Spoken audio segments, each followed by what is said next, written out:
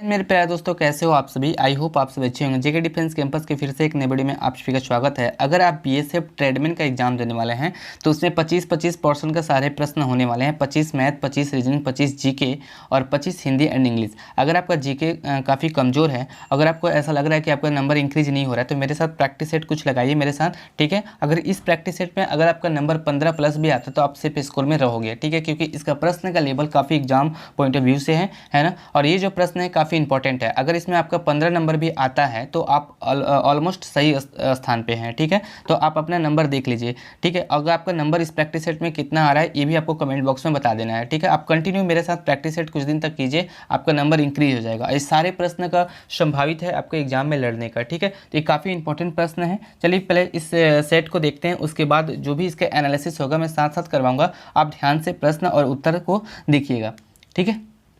तो देखिए, पहला जो प्रश्न है कंप्यूटर से दे दिया गया है और काफ़ी इंपॉर्टेंट प्रश्न है। इसमें कह रहा है कि निम्नलिखित में से कौन सा प्रोग्रामिंग भाषा नहीं है। तो प्रोग्रामिंग भाषा आपका जावा काफ़ी इंपॉर्टेंट है, तो आपको ये शायद याद हो, ठीक है। तो जावा तो पहले है, ठीक है, लेकिन आपका सी और सी प्लस प्लस आपका ये भी एक प्रोग्रामिंग भाषा है। इसलिए कौन सी भाषा इसमें नहीं है, तो ये आपका फ्रंट लाइन भाषा नहीं है, ठीक है।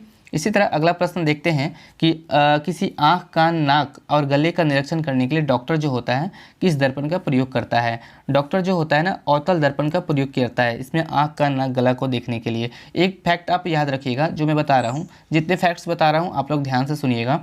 अगर आपको उससे पूछता है कि अगर आपका निकट दृष्टि दोष हो तो कौन से दर्पण का प्रयोग करेंगे, तो हम अवतल लेंस का क्या करेंगे, अवतल लेंस का प्रयोग करेंगे। सॉरी यहाँ पे मिट गया, यहाँ पे देखिएगा, निकट दृष्टि दोष पूछे और दूर दृष्टि दोष पूछे, ठीक है। तो दूर में आपको उत्तल लेंस का, ठीक है ना, और निकट में आपको अवतल लेंस का, ठीक है। तो देखिए यहाँ पे याद रखिएगा थोड़ा, ये कोड से याद करके रखिएगा आप लोग।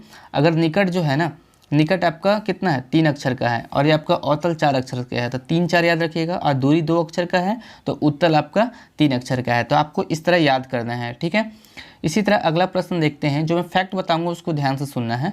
इसमें प्रश्न में क्या कह रहा है कि किसी तार में विद्युत धारा प्रवाहित होने से उत्पन्न ऊष्मा का परिणाम जो होता है किस पर निर्भर करता है। तो देखिए, तार में उत्पन्न ऊष्मा की मात्रा तार की लंबाई, सघनता और सामग्री की प्रकृति पर प्रभावित होता है, ठीक है ना। तो इसमें ऑप्शन पे एडजेट नहीं दिया है, तो इसका राइट आंसर ऑप्शन सी हो जाएगा। अगर यहाँ पे दिया होता कि लंबाई, संघनता और सामग्री की प्रकृति पर निर्भर करता है और ए और प्लस बी करके दिया होता तो हम उसको आंसर लगा देते, लेकिन इस तरह नहीं दिया, इसलिए ऑप्शन डी इसका राइट आंसर हो जाएगा, ठीक है। इसी तरह अगला प्रश्न देखते हैं, क्या कह रहा है कि कोलेस्ट्रॉल का संबंध किससे है।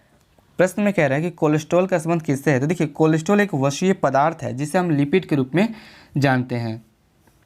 कोलेस्ट्रॉल एक वसीय पदार्थ है जिसे हम लिपिड के रूप में जानते हैं। तो इसका संबंध जो होगा डायरेक्ट, अगर आपको इस तरह याद हो तो आप वसा लगा सकते थे, ठीक है ना। इसी तरह अगला जो प्रश्न कह रहा है कि स्तनधारियों में सबसे छोटी अस्थि कौन सा होता है। देखिए, अस्थि की बात कर रहा है, नहीं हड्डी की बात कर रहा है। और स्तनधारी में सबसे छोटी जो अस्थि होती है आपका स्टेपिज होता है, जो कि कान का हड्डी होता है। कान में कितने हड्डी होते हैं, 2-2 जोड़ा करके होता है, 2-2 जोड़ा है ना, दोनों कान में 2-2 जोड़ा होता है, यानी 6 हड्डी होता है। तो स्टेपिज, मैलिस और इंकस, क्या क्या मैंने बोला, स्टेपिज, मैलिस और इंकस। स्टेपिज जो है कान की एक छोटी हड्डी है जो कि उसका एक पार्ट है, ठीक है ना। इसी तरह अगला जो प्रश्न कह रहा है कि ऑक्सीजन युक्त रक्त का संचरण डैश द्वारा होता है, यानी फुसफुस शिरा के द्वारा होता है। फुसफुस शिरा के द्वारा होता है, यानी फुसफुस शिराएँ जो होती है ना, आपका ऑक्सीजन जनिकृत रक्त को फेफड़ा से दाएं अलिंद में पहुंचाता है। क्या कह रहा है ये, ऑक्सीजन जन युक्त जो रक्त होता है वो फुसफुस जो शिरा होता है ना, इसको दाएं अलिंद पर पहुंचाया जाता है। सॉरी, दाएं नहीं, बाएं अलिंद में पहुंचाता है, ठीक है। इसी तरह अगला जो प्रश्न है देखते हैं, कह रहा है कि विश्व की सबसे लंबी नदी कौन सा है। पहले आप लोग क्वेश्चन पढ़िए और अपने से आंसर अपने मन में सोच लीजिएगा, ठीक है। और आपका स्कोर कितना हो रहा है ये भी आपको कमेंट बॉक्स में बताना है। और इसी तरह ये प्रैक्टिस सेट लगातार चलेगा कुछ दिन तक, ठीक है। उसके बाद आपका स्कोर बढ़ रहा है या नहीं बढ़ रहा है आप लोग बताइएगा, ठीक है। यहाँ पे कह रहा है विश्व की सबसे लंबी नदी कौन सी है। विश्व की सबसे लंबी नदी की बात हम करें तो ये नील नदी हो जाएगा, जो कि मिस्र से निकलती है, ठीक है ना, मिस्र से निकलता है। और ये अगर हम बात करें कि कि विश्व की सबसे लंबी नदी के साथ सबसे चौड़ी नदी कौन सी है, तो आपका अमेजन नदी हो जाएगा। अगर हम पूछें कि नील नदी की जो लंबाई है कितनी है, तो नील नदी की जो लंबाई है आपका 8,853 किलोमीटर, 8,853 किलोमीटर। अगर ये मील में पूछे तो 4258 मील हो जाएगा। आ रही बात समझ में। अगर हम पूछें कौन सी नदी आपका डेल्टा का निर्माण करती है, तो डेल्टा का निर्माण कौन कौन सी नदी करती है आपको पता ही होगा, गंगा नदी और ब्रह्मपुत्र नदी, जो कि भारत की नदियां हैं, है ना। इसी तरह अगला प्रश्न देखते हैं कि पृथ्वी की प्राकृतिक आकृतियों को दर्शाने वाले मानचित्र को क्या कहते हैं, इसको उचावच कहते हैं। उसे क्या कहते हैं, उचावच कहते हैं। देखिए, ऐसा मानचित्र जो पृथ्वी की प्राकृतिक लक्षणों को दर्शाता है उसे उचावच या भू आकृति कहते हैं, यानी मानचित्र या भौतिक मानचित्र के रूप में इसे जाना जाता है। ठीक है। इसी तरह अगला प्रश्न को देखते हैं कि रैयतवाड़ी व्यवस्था किसने विकसित किया था। तो देखिए, रैयतवाड़ी जो व्यवस्था है ना, ये 1820 में विकसित हुआ था थॉमस मुनरो के द्वारा। किसके द्वारा विकसित हुआ था, थॉमस मुनरो के द्वारा विकसित हुआ था। इसमें एक चीज़ आपको ध्यान से सुनना है कि रैयतवाड़ी जो व्यवस्था थी ये थॉमस मुनरो 1820 में ये विकसित किया था। इसमें प्रथा क्या थी कि देखिए, रैयतवाड़ी जो व्यवस्था एक कर की प्रथा थी। इसमें जो होता था ना, ब्रिटिश साम्राज्य में क्या था कि ब्रिटिश साम्राज्य के जो लोग थे भारत में एक कर लगाए थे, जो कि आपका एक जैसे कि खेती वगैरह जो होता है ना, उसमें एक कर टैक्स देना होता था।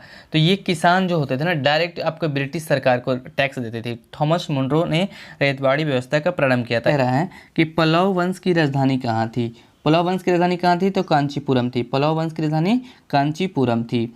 अगला प्रश्न देखते हैं। कह रहा है कि लोकसभा का अध्यक्ष कौन करता है। लोकसभा की अध्यक्षता कौन करता है, तो स्पीकर करता है, यानी लोकसभा अध्यक्ष करता है। देखिए, जब संसद दोनों भाग होता है, राज्यसभा और लोकसभा में जब कोई मतभेद होता है तो क्या करता है, राष्ट्रपति बैठक बुलाता है, लेकिन उसकी अध्यक्षता जो करता है लोकसभा अध्यक्ष करता है ना। ये लोकसभा अध्यक्ष इसकी अध्यक्षता करता है। इसी तरह अगला जो प्रश्न है, कह रहा है कि भारत की राज्यसभा में कुल सदस्य संख्या कितना है। यहाँ पे अगर कुल सदस्य संख्या की पूछते तो कुल सदस्य संख्या की अगर बात हम करते हैं, जैसे कि ऐसे तो 250 कह सकते हो आप, लेकिन इसका 245 क्या होगा, थोड़ा सा प्रश्न में ये डिफ़िकल्ट कर दिया है। कह रहा है कि भारत की राज्यसभा में कुल सदस्य हैं, तो आपका निर्वाचित के रूप में 245 तो है, लेकिन अधिकतम जब पूछता है तो अधिकतम की बात अगर पूछें तो 250 हो जाएगा। ठीक है ना।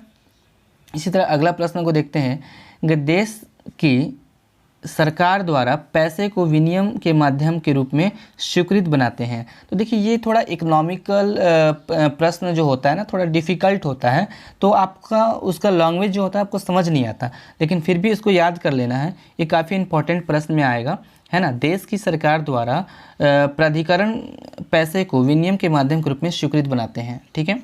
इस तरह अगला प्रश्न देखते हैं। कह रहा है कि आयात पर कर यानी टैक्स निम्नलिखित में से किसका उदाहरण है, तो ये आपका व्यापार अवरोध का उदाहरण है। देखिए, जो सरकार होता है ना, इंटरनेशनल लेवल पे जो भी मतलब व्यापार होता है उस पर एक कर प्रतिबंध लगाता है, यानी आपको टैक्स देना होता है इंटरनेशनल लेवल पे, जिसको एक तरह से कह सकते हैं सीमा शुल्क देना होता है।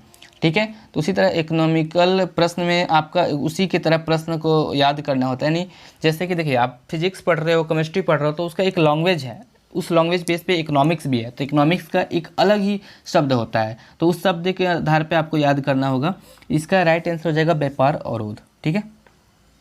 मधेसिया जनजाति भारत के साथ किसका संबंध करता है, यानी मधेसिया जनजाति होती है, ये भारत नेपाल के सीमा बॉर्डर पे कुछ जनजाति होते हैं जो कि मधेसिया जनजाति कहलाते हैं। ठीक है ना। तो अगला प्रश्न देखते हैं कि केन नदी, कह रहा है कि केन नदी निम्नलिखित में से किसकी सहायक नदी है। केन नदी जो है ना, आपकी यमुना नदी की सहायक नदी है। ये आपका यूपी कह सकते हो, मध्यवर्ती भारत यानी बुंदेलखंड के क्षेत्र की एक प्रमुख नदियों में से एक है केन नदी। ठीक है। ये जलप्रपात का भी निर्माण करती है और साथ में रीवा पठार और सतना पठार को अलग भी करती है केन नदी। आ रही बात समझ में। इसी तरह अगला प्रश्न देखते हैं। अगला प्रश्न कह रहा है कि बोर्न अगेन ऑन माउंटेन नामक पुस्तक के लेखिका कौन है। तो लेखिका या लेखक के बारे में बात कर रहा है, तो यहाँ पे लेखिका हैं अरुणिमा सिन्हा। ठीक है। अरुणिमा सिन्हा जो है एक खिलाड़ी हैं जो कि राष्ट्रीय स्तर की खिलाड़ी हैं और वॉलीबॉल की खिलाड़ी हैं, ठीक है ना।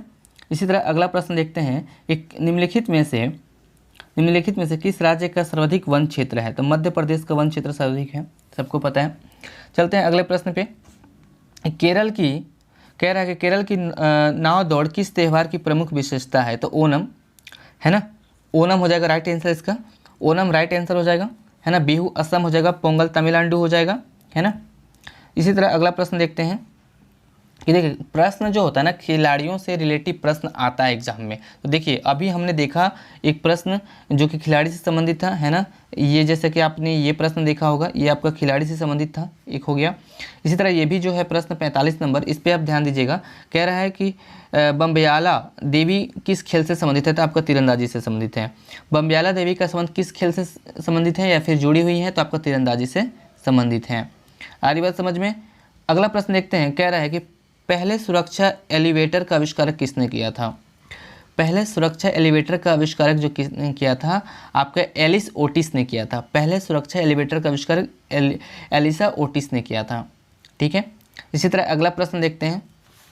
अगला जो प्रश्न है ये आपका अगला प्रश्न कह रहा है कि प्रधानमंत्री सुरक्षा बीमा योजना की वार्षिक प्रीमियम रुपए कितनी है? प्रधानमंत्री सुरक्षा बीमा योजना की वार्षिक प्रीमियम रुपए में कितनी है? तो आपका 12 रुपये प्रति वर्ष है, ठीक है ना। ये जीएसटी से मुक्त होता है ना, जीएसटी इस पर नहीं लगा है, ठीक है। यह बीमा योजना बैंक खातों के साथ में 18 से 70 वर्ष की आयु के व्यक्ति के लिए उपलब्ध है। कितने वर्ष के व्यक्तियों के लिए उपलब्ध है ये? 18 से 70 वर्ष जो है ना, उन व्यक्तियों के लिए जीएसटी मुक्त है ये, है ना। ये आपका सुरक्षा बीमा योजना वार्षिक प्रीमियम है जो कि 12 रुपये लगता है। इसी तरह अगला जो प्रश्न कह रहे हैं कि हरित गृह यानी ग्रीन हाउस प्रभाव क्या है? देखिए ग्रीन हाउस प्रभाव से आप क्या समझते हैं, इसको ध्यान से थोड़ा समझिएगा। इसका राइट आंसर हो जाएगा पृथ्वी के वायुमंडल द्वारा रोके गए विकिरण से पृथ्वी का गर्म होना। ये जो कह रहा है कि ये मतलब ग्रीन हाउस प्रभाव वह प्रक्रिया है जिसके द्वारा ना ग्रह के वायुमंडल से निकलने वाले जो विकिरण ग्रह के सतह को गर्म कर देता है। यानी ग्रह के जो विकिरण वायुमंडल से जो गर्म भाप जो निकलता है उसमें आपका वायु में आपका जलवाष्प होता है, CO2 होता है, मीथेन होता है और अन्य निश्चित गैस अन्य रूप में उपस्थित भी होते हैं। तो वो जो ताप होता है वो आपका ग्रह के निचले सतह को गर्म करके रखता है और उस गर्म के एक मतलब लिमिट होता है कि इस लिमिट, जैसे कि हमारा जो वायुमंडल है उस वायुमंडल से जो ग्रीन हाउस प्रभाव गैस डिस्पैच हो रहा है ना, तो ये आपका वायुमंडल के निचली जो भाग है उस भाग को एक तरह से संतुलित तापमान देता है ना। इसलिए इसका राइट आंसर जो होगा पृथ्वी के वायुमंडल द्वारा रोके गए विकिरण से पृथ्वी का गर्म होना, है ना। इसी तरह इसका राइट आंसर ऑप्शन सी हो जाएगा, ठीक है। तो अगला प्रश्न देखते हैं। अगला प्रश्न कह रहा है कि धातु के अम्लगमन में दूसरा तत्व कौन सा होता है? आपका Hg होता है यानी पारा, ठीक है। Hg का मतलब होता है पारा, ठीक है ना। इसी तरह अगला प्रश्न देखते हैं कि निम्नलिखित में से कौन से यौगिक का उपयोग सूक्ष्म के रूप में किया जाता है? तो कैल्शियम ऑक्साइड का किया जाता है, ठीक है। यौगिक कह रहा है सूक्ष्म रूप में प्रयोग करने की बात कर रहा है तो कैल्शियम ऑक्साइड हो जाता है, ठीक है। देखिए इस प्रश्न को आप लोगों ने प्रैक्टिस सेट में अगर लगाया है और जो आप लोग क्वेश्चन गलत कर रहे हैं तो उसको आप लोग नोट कर लीजिए, ठीक है। फिर आपका 50 प्रश्न खत्म हो जाता है, ठीक है। 50 प्रश्न आपका खत्म हो गया। अगर आप 50 प्रश्न में जैसे कि ये 50 नंबर का प्रश्न था तो 25 प्रश्न हम लोगों ने किया। 25 में आपका कितना नंबर स्कोर आ रहा है ये आपको कमेंट बॉक्स में बताना है, ठीक है ना। अगर आपका 25 में जो भी स्कोर आ रहा है, अगर दूसरे प्रैक्टिस सेट में नंबर इंक्रीज नहीं हो रहा है तो आपका डाउट क्या है, क्या प्रॉब्लम है जो आपका नंबर इंक्रीज नहीं हो रहा है तो मुझे बताइएगा। और ये सारे एक्सपेक्टेड क्वेश्चन हैं जो कि आपका एग्जाम में कहीं ना कहीं लड़ने की संभावना भी है ना। तो इस वीडियो में इतना ही, मिलते हैं अगले वीडियो में। अगर वीडियो अच्छा लगा हो तो प्लीज़ यार वीडियो को एक थंबनेल दे दीजिएगा, लाइक कर दीजिएगा और सब्सक्राइब करना बिल्कुल ना भूलें और अपने दोस्तों को भी शेयर कीजिएगा ताकि सभी को फ़ायदा हो। तो मिलते हैं अगले वीडियो में। जय हिंद, जय भारत।